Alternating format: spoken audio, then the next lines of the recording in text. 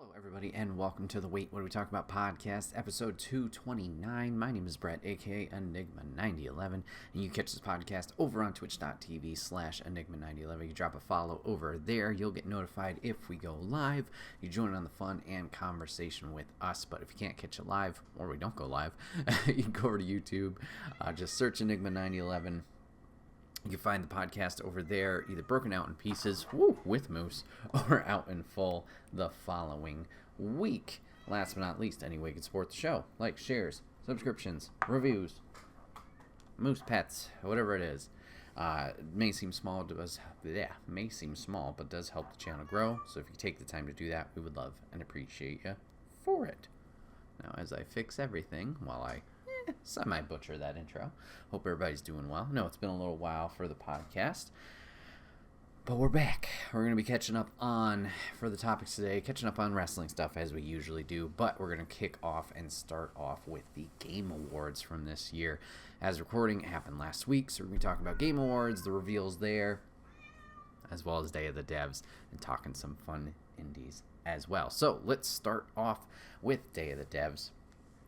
So they had a show just before Game Awards, the day before. Whoop, there you go, Moose. So talking about some indies that are upcoming, releasing soon, or maybe even out now. I just wanted to talk and gush about those a little bit. So the first one that caught my attention was quite a big one. A very fun surprise. We have the announcement of Ultimate Sheep Raccoon. Yes, you heard that right. So the makers of Ultimate Chicken Horse now have a spiritual successor, as they like to call it, for Ultimate Chicken Horse with Ultimate Sheep Raccoon. Oh my goodness, that is going to be tough going back and forth between those two. But it has very similar gameplay mechanics, at least upon viewing, of Chicken Horse with the platforming. You get different obstacles and objects that you can add to the course in between rounds to either help you or hinder your opponents to reaching the end first. The gimmick here now is, instead of you running and platforming along, it is now you're all riding bicycles and racing to the finish. It's going to be interesting to see how movement works in this. Obviously, with you on the bike, the start-stop motion, maneuvering around, all that jazz. But it looked very fun. No update on release or anything like that. Selfishly, I'm kind of hoping for Extra Life next year that's out. I think that would be a fun surprise for a lot of people who've enjoyed Ultimate Chicken Horse and maybe aren't, keeping their eyes and ears open to the game world all the time. So that'll be a nice, fun surprise. But regardless, very exciting to see. Obviously, they had a lot of success with the first game that they put out. Hopefully, they have continued success with this next one. Next was a game called Sleight of Hand, an action stealth deck builder. Yes, quite the combination of game types there. Interesting art style here. It was noir themed. You're a detective who's coming out of retirement to kind of take down the people that she had worked with as they get corrupt. A lot of comparisons, or influence. The developer was influenced by Metal Gear, and Dishonored was two of the game types that they brought up, and I can definitely see that Dishonored theming. I think it draws a lot of comparisons too. So you are going around and trying to figure out how to either take out guards in your way or how to maneuver against them. And the way this comes into play is through the cards. So the cards have different actions, whether it's to create a smoke bomb or create a trap for the guards to get trapped by, and your movement abilities as well. So you kind of have to strategize how you're going to tackle each of the rooms, each of the levels, to get farther along and throughout to, achieve your objective. Seems pretty cool. I wasn't sure how those game types were going to mesh together, but they had a nice little demo portion along with their announcement and trailer that I think they did a good job explaining. It seems like you'll have quite a bit of freedom as well in order to mess around, explore with your different options of how you want to tackle things. Next one for me, something out today. Well, today, as they release the video. It's a game called Lock Digital. It's a puzzle word game. So apparently this was a book that was already out And a game developer had reached out to that artist and author and asked if they could make it a game, so now they have it. I think we have seen this before, or maybe we've talked about it before in one of the other indie shows, but now with it being out, they had another trailer for it. Seems real interesting. You start, it's kind of crosswordy esque, where there's all these letters that are just piled together in the different puzzle formats that they give you, and you need to find words that you know, not real words, but words that you have discovered in this new language that the game has provided to you. You find it in there, and you need to fill all of the white tiles in this puzzle and make them black. So for example, the word that you start off with in the game is lock, L-O-K. So if you find that and you're able to make it with the letters available, then you can get a free like ink out spot, so you can ink a black spot out, or maybe a letter that you can't use and because you don't know a word with it yet, and you're just working on, like I said, filling in all the bubbles and the squares of the grid there to complete the level to move on. Seems interesting. I enjoy puzzle games, even though I may suck at them from time to time, and this seems like one of those things you can just pop into. I think they said they'll have daily puzzles as well, which is kind of nice. So interested to jump into that and see if I can wrap my brain around formulating these words here and there. Another one that I saw was Curiosmos. It's like Cosmos with Curious at the beginning. Curiosmos. Sorry. Where it reminded me a lot of Spore, if you guys remember that game from, 10 years plus now at this point, where you kind of started at this little cell organism and you evolved into these space traveling creatures. Well, this was, instead of the creature side of things, you are creating a solar system and the planets around it. So you gather stardust and you start mashing it all together to form a planet, and then on that planet you can zoom in and you have to like cultivate it essentially to kind of try and harvest life that will then go through the whole evolutionary process there, and you're building the solar system as you please, but ultimately that's the goal. And then apparently it was revealed that there's a black hole that's like light years away that's slowly traveling towards you to like consume your solar system. So with the help of a little satellite buddy, you got to try and figure out how to prevent that from happening and protect the things that you've built. So it seemed neat and fun little kind of sandboxy adventure in terms of like creating stuff. Looking forward to jumping into that. Next one, another one. I apologize for the pronunciation of the name. Inkanbini. You are running a convenience store in Japan. Like a little grocery store, you're helping out your aunt, stock shelves, organize it however you want to, interact with the customers and learn more about their individual stories through the conversations you have, the products they buy, whatnot. Seemed like a nice, chill, cozy game as the developer was describing it. Lo-fi music behind it and whatnot. Seems like there's been quite a few of these games that have been popping up of that cozy store manager. I know there's a lot of management sim games out there, like what was big this year, like Hotel Manager and Grocery Store Sim and stuff like that. So this kind of fits along with that, but there'll be some narrative beats alongside of it that you can further explore as you're going through. So as you guys know, I like to have multiple games going on, one really focused and then that other one that I always mention it, like turn off your brain. This seems something that would fit that niche of just relax, listen to a podcast at the same time, or do something at the same time. Vibe out to turn off your brain from the world. This seems something that would really check that box, so I'm looking forward to that. The last one, there were other announcements as well, but the last one that caught my attention, unfortunately isn't out until 2026, but it makes sense as of why it is Feltopia. It's a handcrafted stop motion shoot 'em up. They called it a cute 'em up. So it's similar to stop motion claymation that we've seen in the past. This is similar in terms of that work style, so that once again explains why it'll be a little while till we see it. But this is all made with felt and yarn and is done in that stop motion animation style, which they showed a lot in this reveal here. It's very, very impressive. But it's the side scroller shoot 'em up like your Cupheads and all the arcade games of old.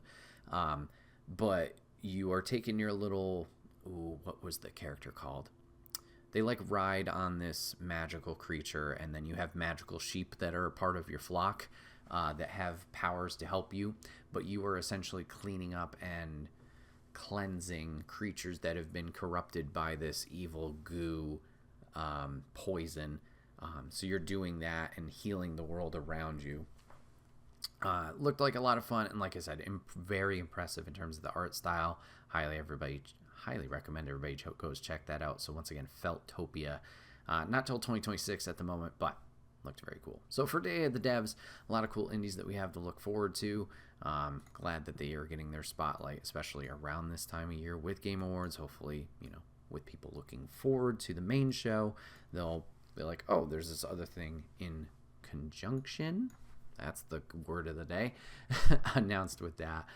We can get more eyes on the indie scene because there's a lot of good stuff, as we saw with this year's releases out there. And a lot of projects, and we want to support those devs, especially with how unfortunate this year's been for a lot of studios. Even worse than last year, unfortunately. Well, that's a shitty segue, but let's go into the main Game Awards. A lot of good and fun reveals this year. I thought overall Jeff did a better job with the show, and it seems like a lot of people are thinking that. In terms of the awards, not the winners. Winners regardless, I don't have... Well, my opinion doesn't matter much. I thought everybody deserved their spot, so there's nothing there. In terms of the time given to the awards, that definitely was a bit iffy. I will say on a positive, it didn't feel like anybody was rushed off stage, or there was the please wrap it up that, we kind of hankered on last year a lot, because that had happened here and there. It felt like either A, everybody got their time, or B, it was really well tightly knit together where no one once again felt rushed off stage. But there weren't that many awards that were given that time for a developer, a lead game director, whoever to come up and talk about their games. I think in the main show, people who would come up and talk, it might have been single digits. Maybe 5 or 6 got actual speeches. And it was a lot of rapid fire in terms of the awards. They did quite a few in the pre-show, as they typically do. There were a few more quick speeches there. But then, there was a few times where Jeff was just rapid fire, this one. So that is what it is. I guess that's just what this is. There's other game awards that will give a little bit more time to those devs to talk about it. I know Golden Joysticks was a few weeks ago. I don't know when. Why'd you start talking, Brett, when you didn't have it in your mind? I'm thinking and I can't think of it. There's another Game Awards that it's like upper tier that happens all the time that I feel is more focused on the devs there and the speeches, and obviously not the announcements in comparison. Nope, not coming to mind. And then for the first time this year, just a little shout out. I've talked about it a few times on stream, but go check out 6-1 Indie and the Indie Game Awards. As this podcast releases, it will be dropping Thursday. So if you're watching this in parts, it'll be coming up. And if you're watching in full, it already happened. But go support those guys. They're doing Indie Game Awards for the first time this year. Them with... I am just mush-brained today. Where do they work? Vicarious. They got support from Vicarious, and it seems like they're collaborating with a lot of other indie, not studios, but like promoters and media and whatnot. So they're going to be doing the Indie Game Awards. and focusing on those developers there and rewarding them for their hard work. So go support them. Like I said, the show will air on Thursday, but you can go check out the site and all that stuff whenever, but please go do that. All right, so getting into all the reveals, not all of them, but the reveals that caught my attention from the Game Awards. So we started off with a pre-show. We did have, the first one there was one called One Move Away, coming out next year. Looked like, drew a lot of comparisons to unpacking, but you are actually repacking. You're packing your car over and over again, and it's a puzzle game of fitting everything just perfect, as we always hope to do when we do these moves, and not miss any parts and be like, nah, I don't want to rent a van or do anything like that. I can pack it in my car. No biggie. Interesting game there with the puzzle mechanics. It seems like they're doing similar to what Unpacking did, with like a unspoken narrative, where it will just be these moves over time. We'll get to see how our character's life goes on, grows, how they grow as an individual through the items that they may be packing. We'll have to see. But once again, cozy vibes. Weird that an organizational thing that you hate to do in real life would be something comforting or exciting to do in a game, but it works. Looking forward to One Move Away. Next one, just a quick fun one. Dave the Diver got more DLC announced. In the Jungle, coming out late 2025, I believe they said. Still a game I haven't personally dove into with Dave the Diver, but I have enjoyed watching people play it. So just excited that that game is getting more content for people who want to dive into that. How many times did I say dive? Weird one. I just put a little note by this because I wanted to talk about it. Shadow Labyrinth is a very weird twist on Pac-Man. And no, not like, oh, it's like Pac-Man. It is Pac-Man. You're a ninja guy going through, platforming around, and little Pac-Man is following you around. I don't know what the fuck is going on. Apparently this is tied into the secret level episodes that have been airing on Amazon right now, which are each episode is a different game, and it's more of the story or just a fun what if type of scenario. There's a Sifu episode, there's a God of War episode, there's a Concord RIP episode. Apparently this ties in with that. Just I had that what the fuck moment when this aired. I was like, oh, okay. So yeah, I just wanted to shout out that was interesting. Then we got to the main show. We had two huge releases or announcements right off the bat. We did have Witcher 4 being revealed. No date on that, so that's probably down the line, which is a little unfortunate. I think I've talked about it before with these Game Award shows. Obviously, yes, it's exciting and fun to see what's down the road. And oh my god, Mass Effect and...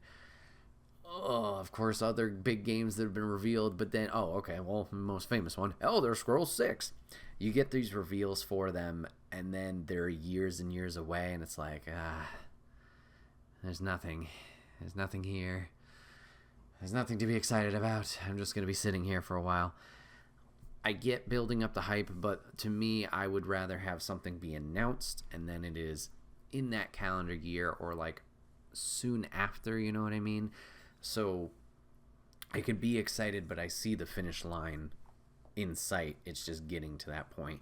So with Witcher, very impressive. I could see it coming out this year. I don't think it's anything egregious, or see it coming out soon. I don't think it's egregious and super out of the bounds of possibility. However, we have no idea. No dates were announced or anything like that. We've seen obviously the success with Cyberpunk and how they've adapted that since its initial release. Yikes. They don't want to run into that situation again, especially with a franchise that's established with Witcher. I don't have much stake in the game. It's something I do want to get back into, Witcher 3 and Wild Hunt. I tried it, got to the Griffin fight, which is very early, got to that, then saw the map just go and all these dots pop up, and me being silly because there's plenty of open world games that do that, but just being no, that's too much, I'm not into that right now, and then not going back to that experience. I know I'm missing out on a great game. I'm excited for Witcher fans here. I know Papa Griff played Witcher 3.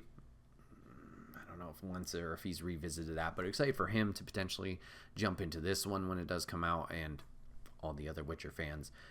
Seems like we'll be focusing on Ciri this time, and it seems like the internet is breaking because of that, and they are dumb for these very stupid opinions of, oh, it's a woman, oh, it's this, yeah.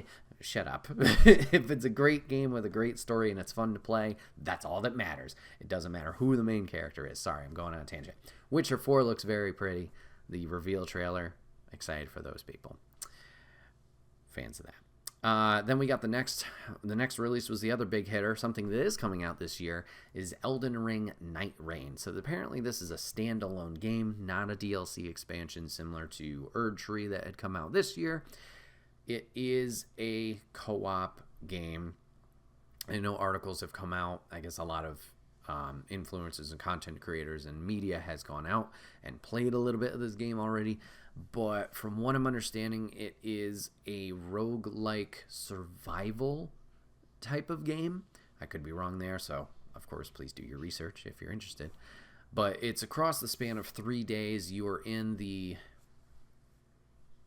world of Elden Ring, either solo or with 2 co-op friends, going out fighting the evils, the monsters there. I don't know if you're gathering resources, but there must be something that you're gaining from that. Maybe it's just experience and levels up to then build up to either day 3 or day 4, however it works out. Some big boss that you will fight. Some characters, it seems, returning from Elden Ring or new ones, as well as returning characters from other Souls games. I believe the big one that we saw here that was revealed, and I didn't know when watching it, but I went back and watched Yo Video Games react to this. Some big dragon character, or dragon, with a character riding on it with like lightning and whatnot. Apparently that's a returning boss from Dark Souls 3. So it seems like that is the case there. Coming out 2025. So excited for Elden Ring, or Souls players and Elden Ring fans to jump into that. Obviously, the co-op experience would be kind of nice. How they balance that out with everybody, we'll have to see. But fun one there. Next one that caught my attention was something called Catly. Didn't really get much from it. Looked kind of AI trailery, which is a little concerning. Don't know if it's VR, AR, but it was a lot of cute cats hanging out. So I'll shout out that. I'm also going to shout out another game I haven't personally played, but once again, I know others have played and enjoyed. Outer Worlds 2 got announced and is coming out next year. So the studio that made Fallout New Vegas, they split off and kind of made their own Fallout-esque game with Outer Worlds 1. So cool to see a second one here. And then that franchise is doing well. Seemed goofy, which is also fun too, bringing their little comedy to that. Another sequel that was announced, I didn't expect, but I know Jeff Reg will be very excited about. I still need to message him on that. Is The Long Dark 2. That got revealed from Black Frost Studios. So, hey, or maybe it's Black Frost is the subtitle. Black Frost might be the subtitle. Excuse me there. One for me that I'm excited about, even though I haven't completed some of the more recent games, but Borderlands 4 got its game footage revealed, and it is coming out in 2025 as well. Seems like we're on Pandora again, ? But it story trailer showed the Raiders. No, not the Raiders. The what are they called? Maybe it is bandits. Whatever the evil people are, the goons that we always deal with. It seemed like them warring against almost the Prometheans or an alien-like species that is there, all warring along, probably fighting over the vault. We had our 4 heroes. We got a little reveal of them. I don't think we got much of their abilities, but we did see some returning characters as Zane from Borderlands 3, Claptrap's back. I think those are the only 2 that I recognized. But yeah, just more Borderlands. I've enjoyed the series since the beginning. Played through Borderlands 1 and 2 and pre-sequel all the way through. I think I got to the very end of 3 and just didn't feel like the gameplay loop was keeping me on at that point. And then Tiny Tina's Wonderlands I've tried a few times, enjoy, but it hasn't got as hooks in me fully to play that all the way through.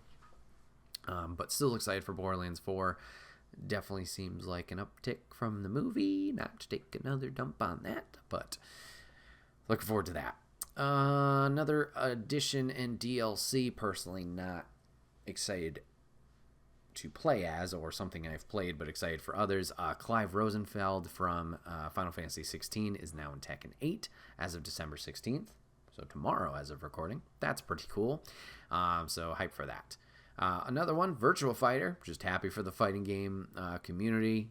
Looks amazing there, and cool to see them kind of getting more mainstream, I guess you could say, after 30 years of being around. It'll be fun to see how that game breaks through and kind of makes a statement amongst the rest of the bigger fighting games that have kind of taken the forefront. A lot of cool games announced in between Virtua Fighter and the next game I'm going to talk about, but nothing that personally spoke to me. Next one that called out to me was Stage O Fright from the Overcooked devs. From what I've heard, this is like a co-op Luigi's Mansion type game. Very cute art style, kind of claymation-esque in terms of just the animation style. Absolutely loved Overcooked 1 and 2. And enjoying that experience with friends and family, even though, yes, you are yelling at each other sometimes with the cooking materials. But it seems like this one will be more...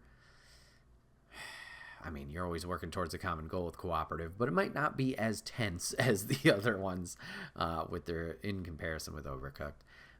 We didn't get too much. It was highly cinematic and just showing off the game here, the concept. So looking forward to seeing more from that. No announced date there.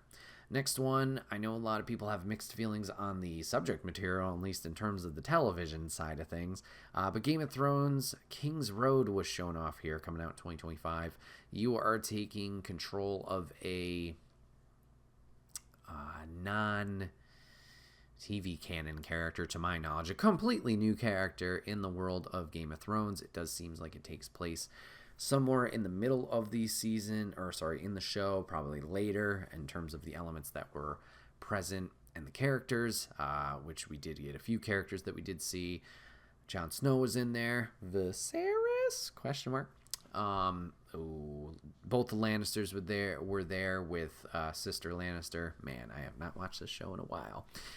Being on the throne, so it is towards the latter seasons. And the White Walkers are still around, and you are kind of working, it seems, with Jon Snow, part of his crew, to fight against the evils there and go through those adventures.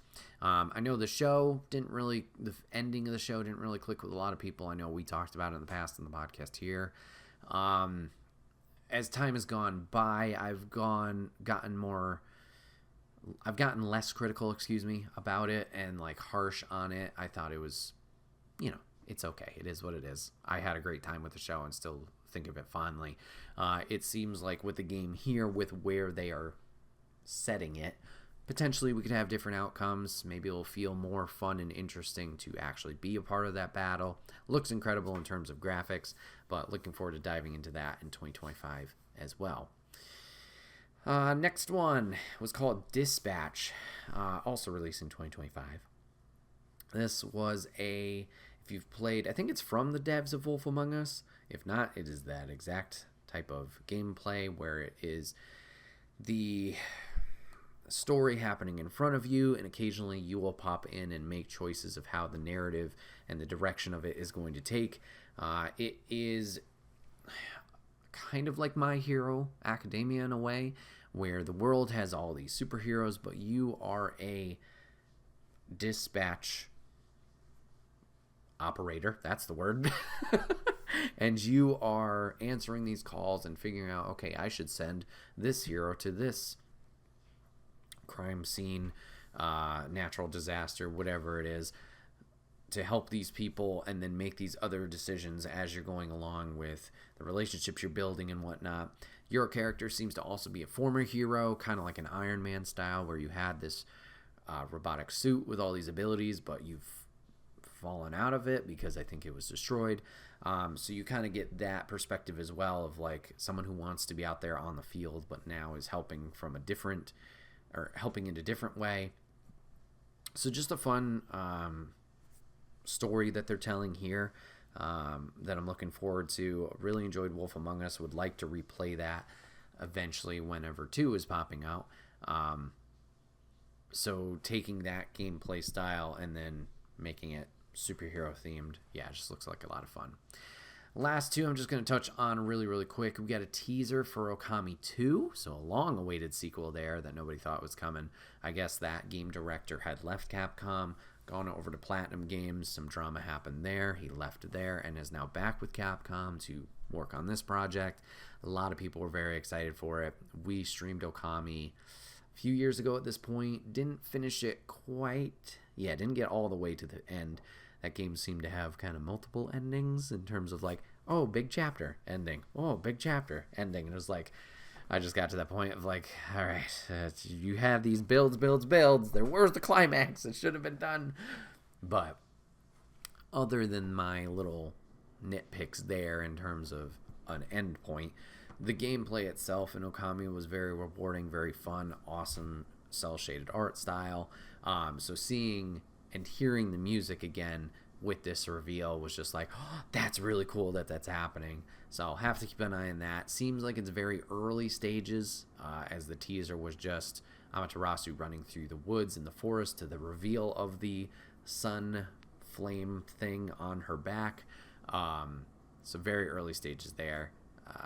Probably maybe 26 or 27 even. Yikes. But cool to see. The last one, we got Naughty Dog's reveal for their new title, moving on from The Last of Us for now, was Intergalactic: The Heretic Prophet. So this is the very last reveal. Long CG trailer. Seems the setting is spacebound. Duh, as I said. And you're going planet to planet, and you're kind of like a bounty hunter, it seems, but you're hunting down this one individual.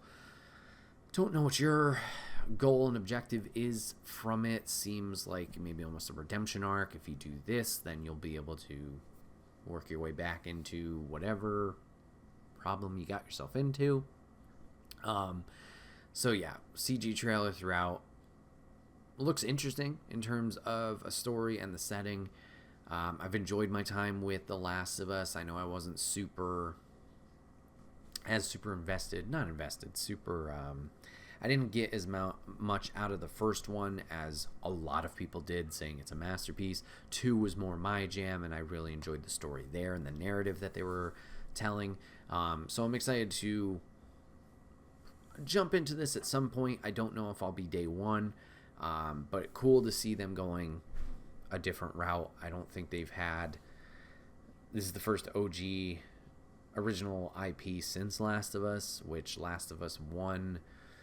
What was that, way back in 2013, potentially, with The Last of Us 2 in 2020, and we've seen that they've made the remasters for each of those since then, and we had the TV show, and Last of Us Factions was being worked on, but then that got canceled, so yeah, it's been a little while since they've had something new to the table, so excited to jump into that, and it seems like, at least from what the trailer was showing, combat will be melee-based, with the kind of cyber sword that she did have. So yeah, looks interesting, looks exciting. Looking forward to that. So all in all, I thought the 10th anniversary show was huge for Game Awards. Nothing that made me like super duper excited, amped, like, oh my god, this is happening, and then this is all I can think about in terms of reveals, and I don't know what I was exactly hoping for. I think I talked about it on the live stream with reactions beforehand, but Wolverine would have probably got me there with another reveal like that. But all in all, I am really excited. I know that these were big game announcements for a lot of people, so I'm excited for those audiences. Nothing to me just was like gut punch, whoa, big moment there. But not trying to be like, it's got to be all about me, just in general.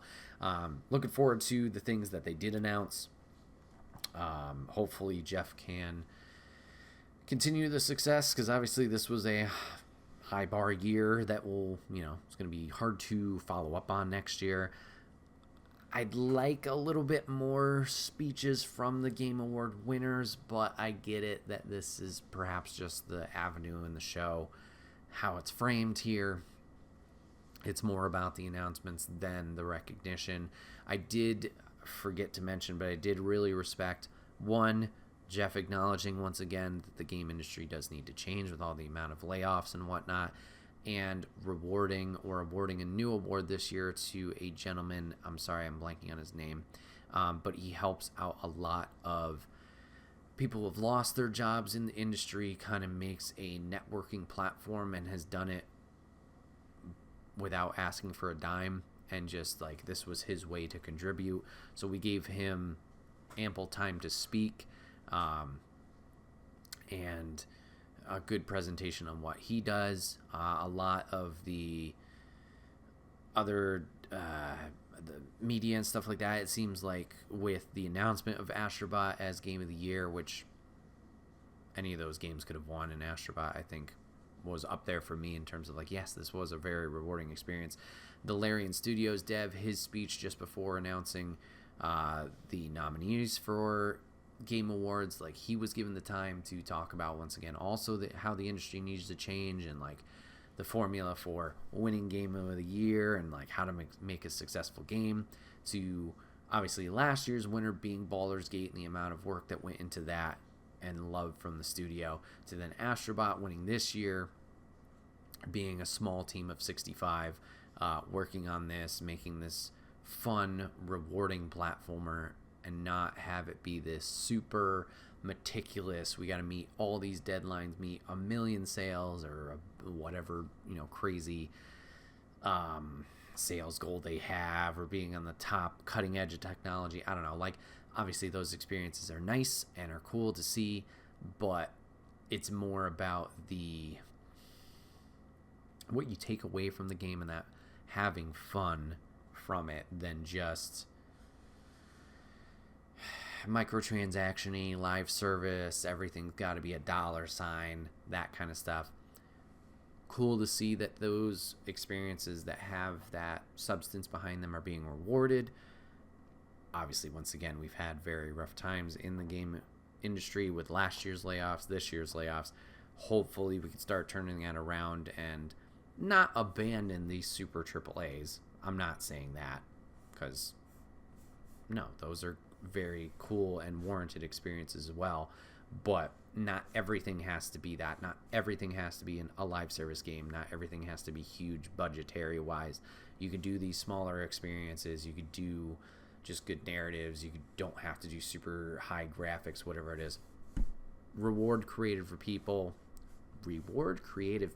allow them to see their visions, and hopefully audiences will attach to them.